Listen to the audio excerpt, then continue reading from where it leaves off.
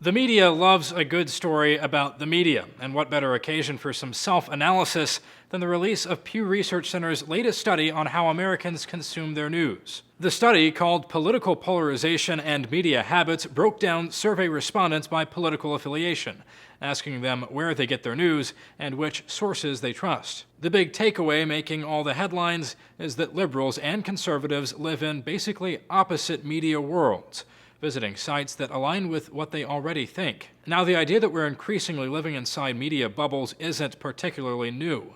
Some have blamed social media. I was kind of surprised when I noticed one day that the conservatives had disappeared from my Facebook feed. Some blame search engines. Experiencing a personalized and limited internet which filters out stuff which doesn't match our own likes and prejudices. And the results weren't particularly shocking either. Liberals love NPR, PBS, and the New York Times. Conservatives love Fox News and talk radio. But there's got to be a media narrative in there somewhere, right? How about liberals are intolerant? That's a headline conservative sites latched onto. The study says liberals were more likely to say they had blocked or unfriended somebody over political disagreements.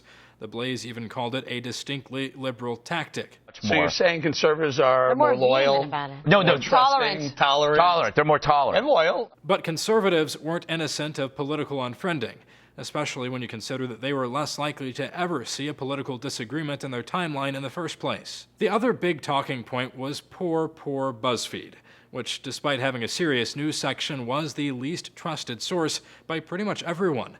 Guess people still associate it more with listicles and quizzes. BuzzFeed's editor-in-chief, Ben Smith, took the news well, telling Talking Points Memo, most of the great news organizations have been around for decades, and trust is something you earn over time.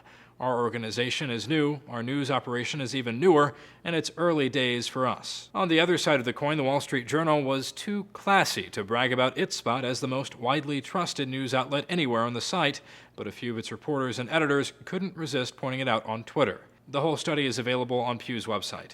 For Newsy, I'm Zach Toombs.